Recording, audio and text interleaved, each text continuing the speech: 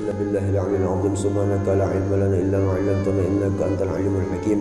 الحمد لله أرحم الراحمين وأحكم الحاكمين وأحسن الخالقين وخير الرازقين الذي أعطى بكل شيء علما وأحصى كل شيء عددا. ألا يعلم من خلق اللطيف الخبير.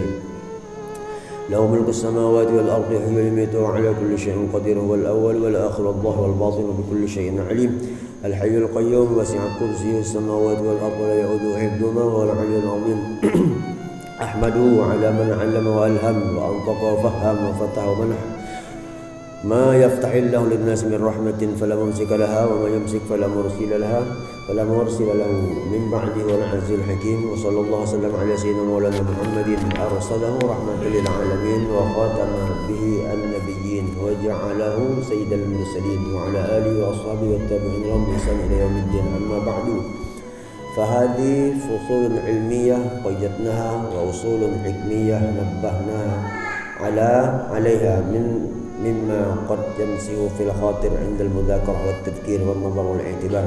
كثيرا ما تدعو الحاجة إليها ويقع التأويل عليها من كل عالم ناسك ومرد سالك، ولم نرتبها على مثل ترتيب الكتب المؤلفة في رعاية المناسبة بين فصولها، وجعل بعضها كالمقدمة لبعض والمتمم لما قبله، وذلك لما ذكرنا من كونه تنسه في الخاطر في أوقات المذاكرة والتذكر، وذلك يكون في أمور شتى وفي أحياء قد تباعد بعضها عن بعض.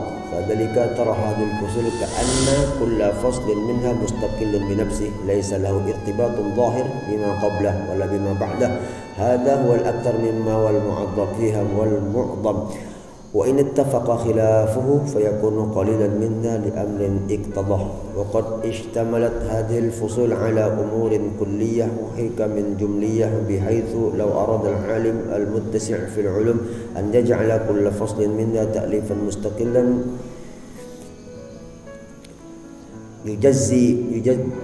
يجزئ فيه كليه ويفصل فيه مجمله لأمكنه ذلك وتيسر له، كما يعرف ذلك من وقف عليها من أهل العلم والبصائر وأرباب القلوب والسرائر الذين آتاهم الله الحكمة. ومن يؤتى الحكمة فقد أوتي خيرا كثيرا. وكنا عندما ابتدأنا في تقييد هذه الفصول قصدنا ألا نظلها حتى تتم 40 فصلا، فطال العهد بذلك ولم تبلغ هذه العدد، والتمس منا بعض الإخوان الصادقين ممن وصل إلى علمه بتقييدها أن نمكنه من كتابها والنظر فيها، فدعانا ذلك إلى إظهارها رغبة في النفع والانتفاع والعمل بالنيات لكل أمر ما نواه. وعدة الفصول ذلك الحين نحو من 20 فصلا، ويضم إليها ما يفتح الله به مما يكون داخلا في حيزها ومنتظما في سلكها إن شاء الله. وهذا أوان الشروع في المقصود، والله المستعان وعليه البلاغ، ولا حول ولا قوة إلا بالله العلي العظيم.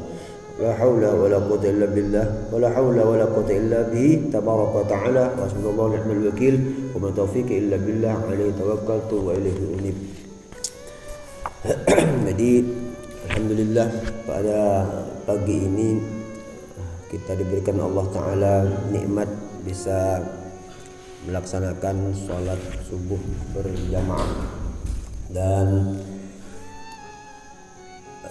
kita bisa mengisi waktu barokah di bulan Ramadan ini.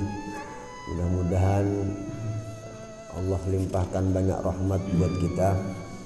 Ketahuilah bahwa kesempatan kita di bulan Ramadan ini adalah kesempatan yang istimewa, kesempatan yang ditunggu-tunggu kedatangannya, dan ini sangat nilainya sangat mahal sekali. Jadi hadir di bulan Ramadan, kesempatan kita mendapatkan raihan banyak pahala. Insya Allah kita mengambil barakah membaca kitabnya Imamul Haddad. Jadi ini fusulul ilmiyah wal husulul hikamiyah, beberapa pasal ilmu. Kata Habib Abdullah, di sini ada 40 fasal, arba'un faslan. Jadi satu sama lain tidak berkaitan. Biasa orang kan berurutan dari umpama kalau fikih itu bersuci baru urusan wudu, mandi, sholat. Ini tidak berurutan, jadi bebas saja pasal-pasalnya itu, dan juga diisi beberapa hikmah diterangkan oleh beliau. Jadi kita masuk ke pasal pertama. Kata Imamul Haddad, kunhu inayatil arifin wal muhaqqiqin, puncak perhatian para arif billah wal muhaqqiqin ahlul haq, orang yang sudah dipelihara oleh Allah Subhanahu wa taala. Al-arif, arif billah ini orang yang sudah makrifat makamnya kepada Allah. Kemudian ahlul haq ini orang yang senantiasa menjalankan sunnahnya Rasulullah, sehingga Allah cinta kepada dia. Semua gerak-geriknya baik zahirnya ataupun batinnya itu dipelihara oleh Allah, maka mereka diberi gelar dengan ahlul haq. Jadi orang yang menjalankan pekerjaannya Nabi itu membuahkan hasil pemeliharaan dari Allah Subhanahu wa taala. Jadi matanya pun dijaga, pendengarnya pun dijaga oleh Allah Subhanahu wa taala. Ini hasil buah cinta dia melaksanakan pekerjaan yang dianjurkan oleh baginda Nabi sallallahu alaihi wasallam. Ini bisa saja kan orang itu dihindarkan oleh Allah, umpamanya jangan minuman ini jangan dibawa masuk ke sana, karena ada Guru Usman ya. Jadi yang lain dapat apa namanya itu, ada efek lah kan, dapat kebaikan berkat hadirnya guru. Intinya ini di dalam pemeliharaan Allah Subhanahu wa taala. Dijaga macam-macam lah cara Allah taala memelihara kita dari berbuat maksiat tadi. Jadi latihlah diri untuk melaksanakan, menjalankan perintah Nabi Muhammad sallallahu alaihi wasallam tadi. Jadi tujuan dan puncak mereka yang sudah mendapat gelar arif billah dan muhaqqiq ahlul haq tadi, wa mu'dhamu ihtimamihim, dan kebanyakan keinginan. Mu'dham itu dominan, paling besar. Ihtimam, harapan mereka. Wa matmahu nadhrihim, dan ambisi kuat daripada pemikiran mereka, fi tashihil iman wal yaqin wa taqwiyataha. Maka yang pertama oleh arif billah tadi, orang yang ahlul haq tadi, yang mereka fokuskan itu pertama membersihkan, mensahihkan, membenarkan keimanan dan keyakinan mereka, memantapkan iman, memantapkan yakin dulu. Jadi ini kita ingin melihat apa perbedaan antara awam dengan khas, antara orang yang sudah ma'rifat kepada Allah dengan orang yang biasa saja. Jadi orang yang paham itu mereka fokus menguatkan iman, fokus memperhatikan keyakinan, wa taqwiyatahuma, dan bagaimana imannya itu tetap kuat, dijaga iman tadi. Ya, iman kita ini, keyakinan kita ini kalau dibiarkannya kendor, iman itu bisa turunnya. Tidak pernah baca Quran, tidak pernah silaturahmi dengan orang soleh, tidak pernah ke masjid, tidak pernah hadir majelis, itu keyakinan kita, iman kita turun, lemah. Ini bahaya, akhir hayat bahaya orang seperti ini. Nah, jadi kalau orang soleh itu mereka yang difokuskan itu menjaga iman. Ini nomor satu memelihara iman. Kedua pulang, wa fi ikhlasut tauhid min syawa'ibis syirkil khafi, dia memurnikan ketauhidan kepada Allah Subhanahu wa taala, min syawa'ibis syirki, dari noda-noda atau penyakit kesyirikan tadi yang tersembunyi. Aib, syawaib itu aib, syirik yang tersembunyi. Syirik tersembunyi itu kalau nyembah patung kan nampak tuh, masuk gereja nyembah salib umpamanya kan, ini kan syirik nyata. Ya, ada juga syirik khafi, syirik yang tersembunyi itu naudzubillah, mudah-mudahan Allah jauhkan. Ini yang kita takutkan. Seperti ini pakaian normal, sarungan dua, sangkoan dua, tapi di sininya rusak. Syirik itu mensekutukan Allah. Contoh syirik khafi itu riya. Riya itu kan apa artinya? Minta puji makhluk, ya kan?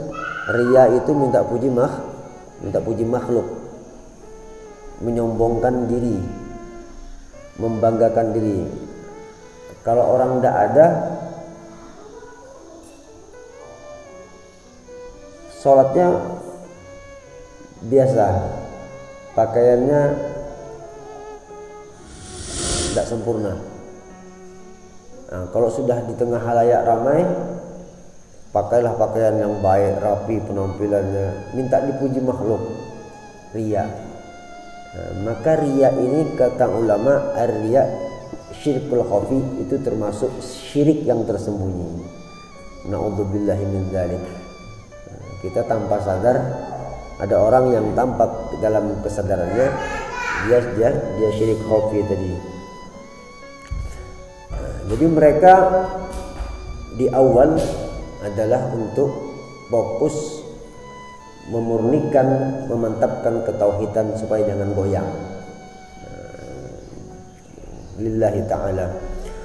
Summa, jadi pertama memantapkan iman, keyakinan. Kedua memurnikan ketauhidan, beda ya. Iman kepada Allah, kemudian ikhlas. Yang selanjutnya summa fi tashihil akhlaqil mahmudah, menjadikan baik akhlak yang terpuji. Akhlak bagian urutan ketiga malah. Iman dulu, kemudian tauhid, kemudian jadi tasawuf, iman, tauhid, yang terakhir akhlak. Urutannya akhlak. Akhlak hati seperti zuhud wal ikhlas wa salamatus sadri lil muslimin.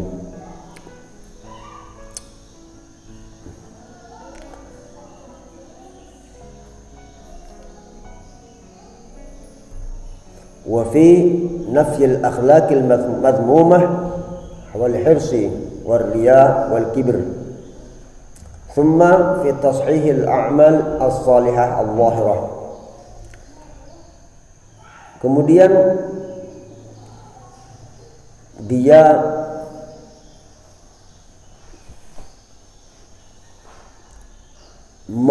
mengusahakan dirinya supaya terhindar dari akhlak yang tercela. Kal hirs, tamak, rakus, serakah. Wariya yang tadi, kemudian wal kibr, sombong. Thumma fi tashihil a'mal, kemudian selanjutnya barulah dia memperbaiki amal zahirnya. Jadi yang di awal tadi amal batin dulu. Iman dimantapkan, keyakinan itu dimantapkan. Iman dulu, kemudian tauhid, kemudian akhlak batin, kemudian akhlak batin termasuk husnudzon. Di sini baik sangka tadi, yang salamatus sadri lil muslimin, selamat hatinya bagi orang muslim, itu sangka-sangkanya. Jadi sangka baik terhadap orang muslim itu wajib. Apapun yang terjadi dibikin-bikinlah kayak apa caranya supaya jadi baik. Ini kok tidak hadir orang pengajian? Oh mungkin. Nah itu mungkin itu bahasa husnudzon. mungkin ini ada motor, itu aja. Motornya ada kok, ini masih ngerasain dengan hantu nih iblis nih. Ada motor aja, ini tuh lah, mungkin sakit perut, tapi nyaman tadi berjalan aja. Mungkin aja anaknya sakit, nah pokoknya dicocok-cocokkanlah itu, dipadu-padukan. Itu namanya husnudzon kepada kaum muslimin, dan itu wajib. Kadang-kadang kita ini terbawa ego, emosi yang tinggi, telat dibalas WA aja marah kan. Orang ajar keblokir nomornya ini. Itu apa namanya? Itu penyakit hatinya besar. Salamatus sadri lil muslimin. Mereka orang-orang arif billah, urutannya itu setelah memantapkan ketauhidan, memelihara hati kepada orang muslim.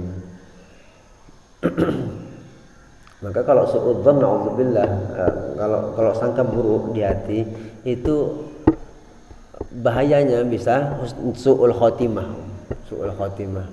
Jadi kalau mau ada amaliyah, mudah-mudahan sama-sama bisa kita lakukan, mau akhir hayat husnul khotimah, ya banyak-banyak husnudzon dengan Allah Subhanahu, banyak-banyak sangka baik, diperkuat.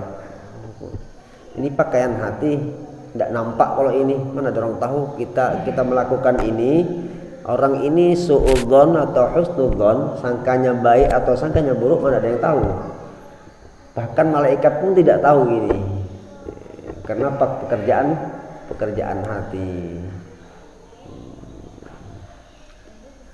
Nah, habis itu setelah selamat hatinya, membersihkan, mengisi dengan akhlak yang terpuji, maka mereka berusaha menjauhkan hatinya, badannya dari wa fi nafyil akhlaqil madmumah, menolak akhlak yang tercela, riya, sombong. Habis itu baru membenarkan amal zahirnya. Sholatnya belajar, wudunya belajar, baca Qur'annya belajar. Ini membenarkan.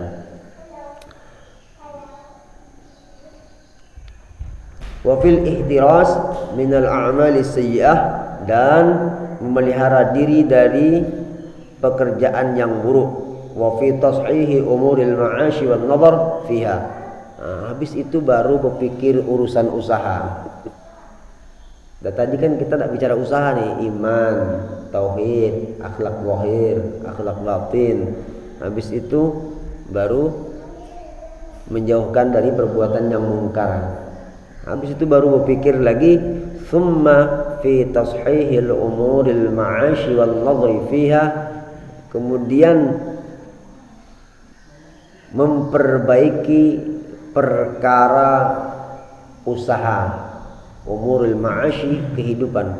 Ma'isyah itu mata pencaharian. Ma'ash wan nadhar fiha, dan pemikiran terhadap usaha tadi.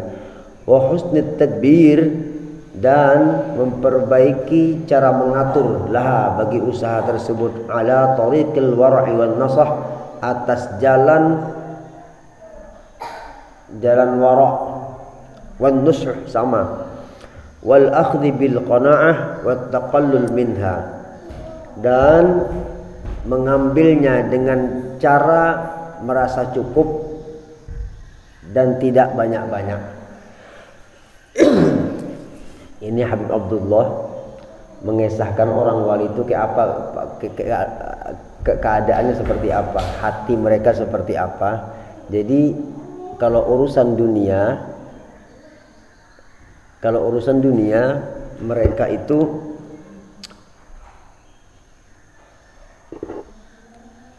bekerja tapi dengan jalan wara' itu terima apa adanya.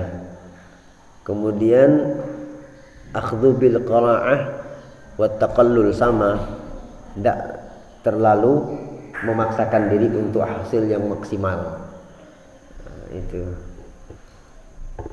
Wa hadzal akhir yafrahul 'arifuna bil kifayati minha Ini bagian akhir tentang dalam mencari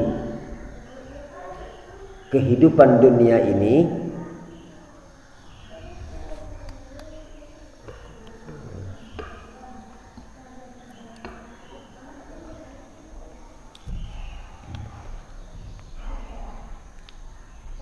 mereka merasa bangga dengan kecukupan yang mereka miliki tadi.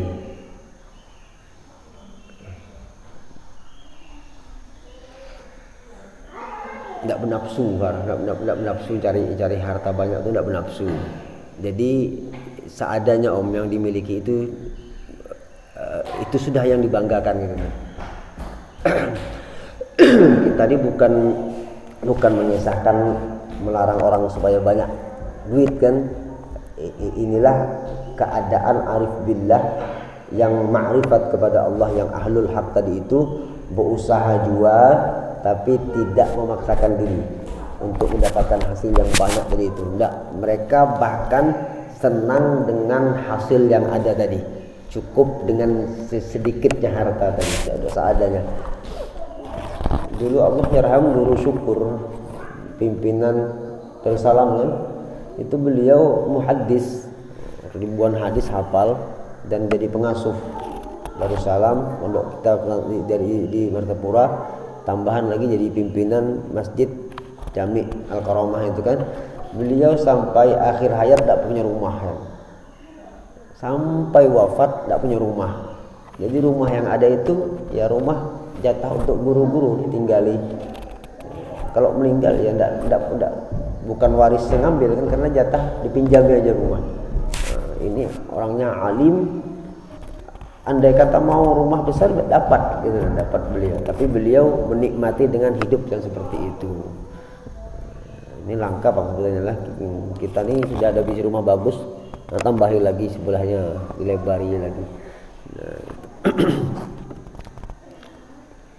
wa an yakuma bi ghairuhum lahum, dan mereka mengharap si arif billah tadi dengan kebanggaan mereka juga membanggakan supaya orang lain juga seperti itu kalau bisa. Wa an yakuma bihi ghairuhum lahum, supaya melaksanakan juga dengan sifat wara tadi ghairuhum selain daripada mereka, untuk mereka, selain daripada orang yang arif billah, sama seperti pekerjaannya arif billah tadi. Mimman ya'khudul bil wara' wa yujanibu dzulma, dan menjauhi kezaliman.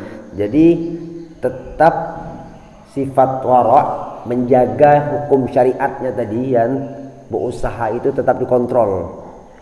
Akad jual belinya diperhatikan, sifat zalim dengan orang diperhatikan, usaha tadi tuh. Ini ada orang hasil banyak tapi syariatnya lepas bang, syariatnya lepas, hantam kromo. Sebahagian ada yang dikorupsi, ada yang takarannya dikurangi, ada yang isinya dirusak, dicampur dengan yang rusak, dijual buah sekilo 25% aja yang manisnya, yang lainnya kalap, pahit. Yang diiklankannya yang bagus, ini bagus manis buahnya.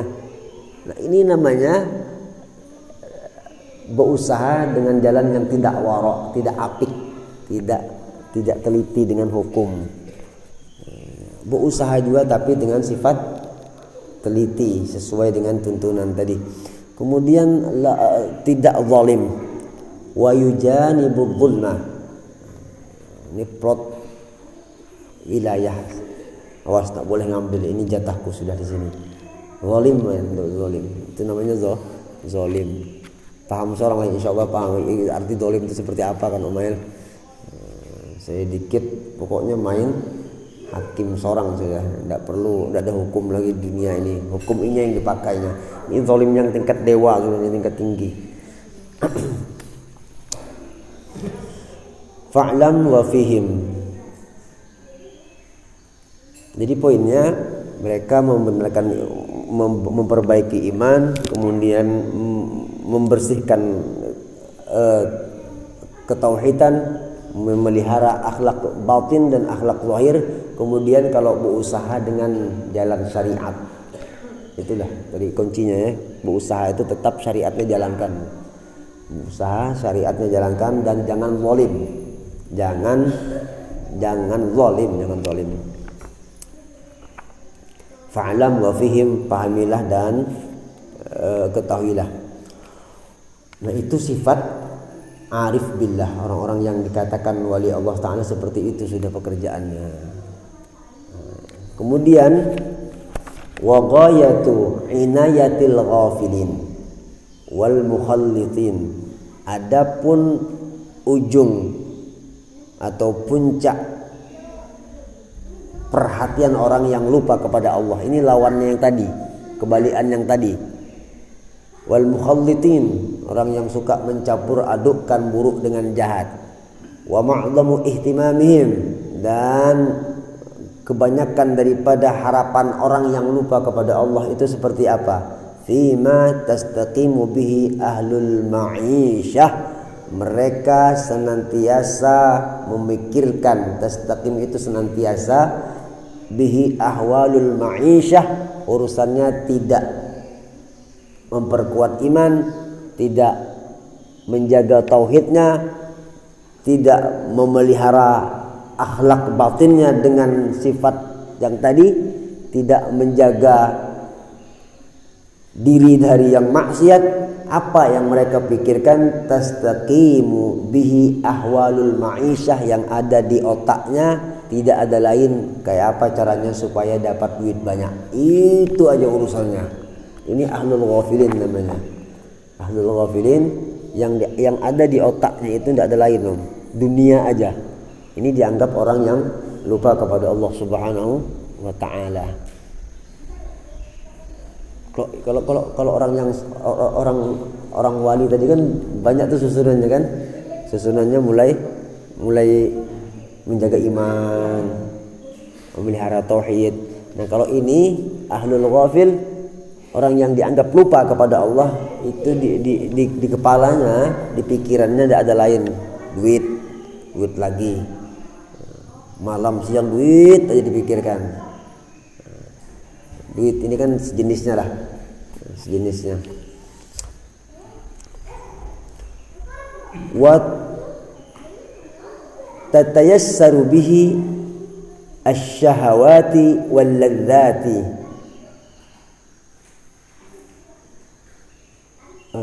Asy-syahawatu wal ladzatu, dan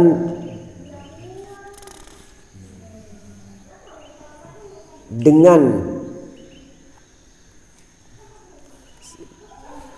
sesuatu tadi dia mengharapkan kemudahan bagi syahwatnya, nafsu syahwatnya, dan kelezatan badan.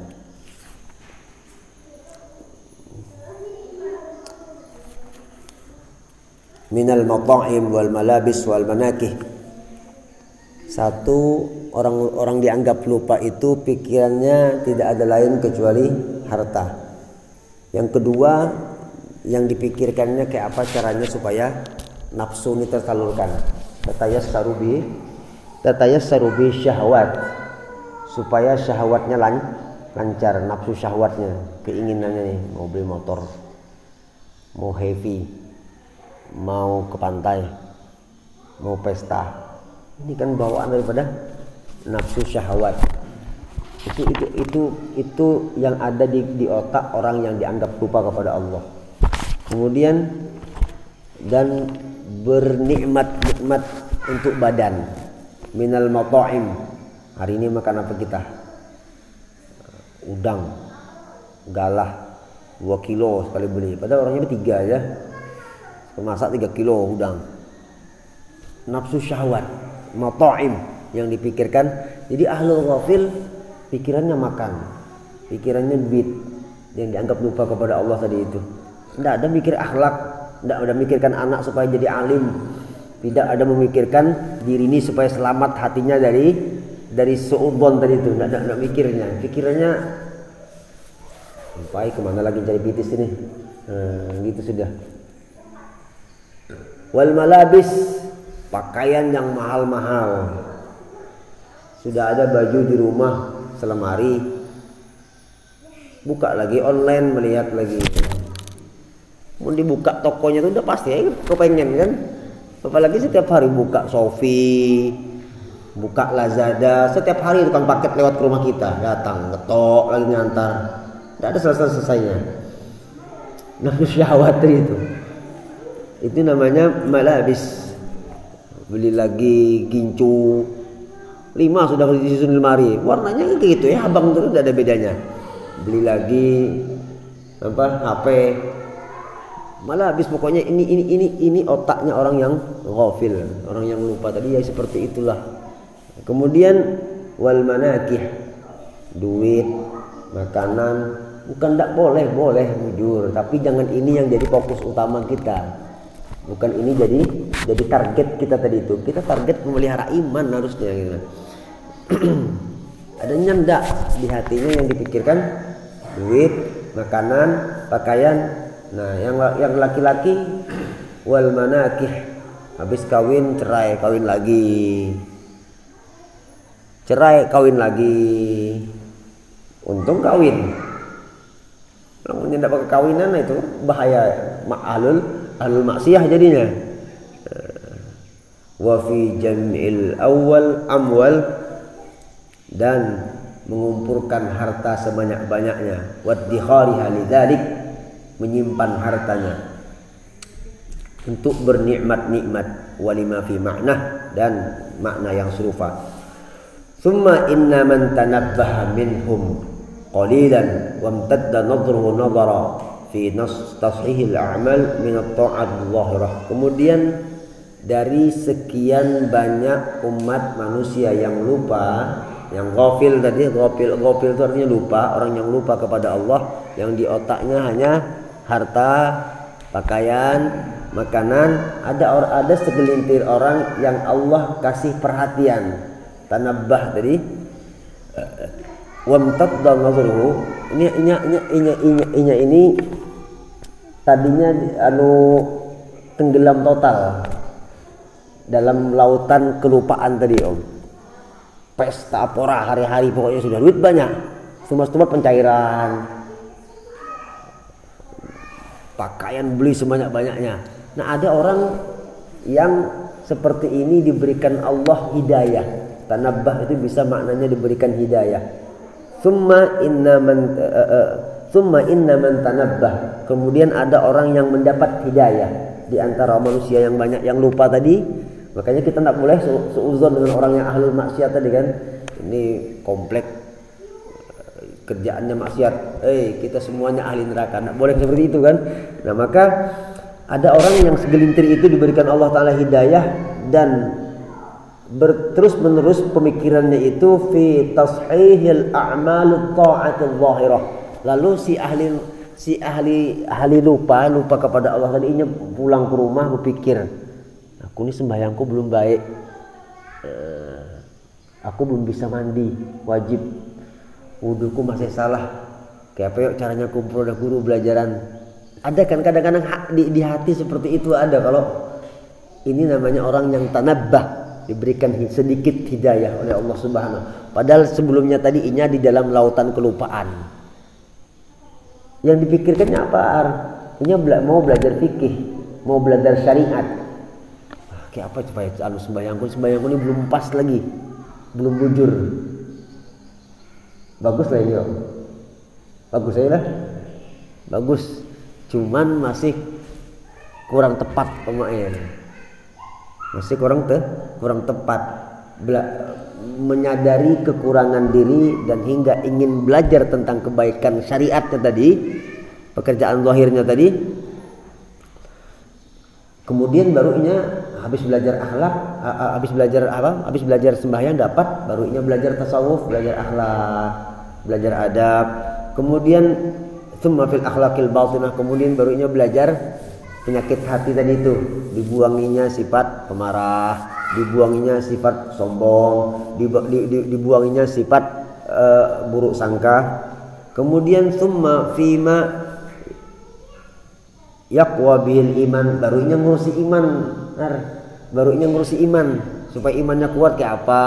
Jadi urutannya fikihnya dulu, pekerjaan zahirnya tadi, kemudian baru akhlaknya, baru inya bagian iman. Alal aksi min nazril arifin wal muhaqqiqin, kebalikan dari pemikiran para arif billah tadi. Nah, di situ letak perbedaannya. Kalau orang yang lupa dia dapat hidayah, perlahan dia memperbaiki pekerjaan zahirnya, membenarkan cara sholatnya, baru akhlak batinnya, baru iman, baru tauhid. Kalau orang arif billah tidak. Yang pertama yang dipikirkan bagaimana imanku supaya kuat, baru tauhid, baru akhlak, terakhir baru bagian tata cara ibadah tadi, yakni syariatnya. Fata'ammal dzalik wa'tabirhu tajidu wadhihan wallahu subhanahu wa ta'ala a'lam. Mudah-mudahan manfaat ya. Mudah-mudahan barokah, mudah-mudahan iman kita dikuatkan oleh Allah Subhanahu wa taala. Mudah-mudahan segala dosa kita diampuni oleh Allah Subhanahu wa taala. Hari ini perdana kita ya. Mudah-mudahan panjang umur, sehat afiat, mudah-mudahan istiqomah dalam kebaikan. Kita ini mampu berbuat, cuman berat untuk istiqomah. Jadi istiqomah itu, makanya istiqomah ini pakaiannya orang wali. Istiqomah itu termasuk karomah yang paling besar. Karomah yang paling tinggi adalah istiqomah. Kalau berjalan di air gampang, jukut yang bisa di air itu kan, terbang di awan biasa, burung tidak ada bedanya. Nah, yang mahal itu continue.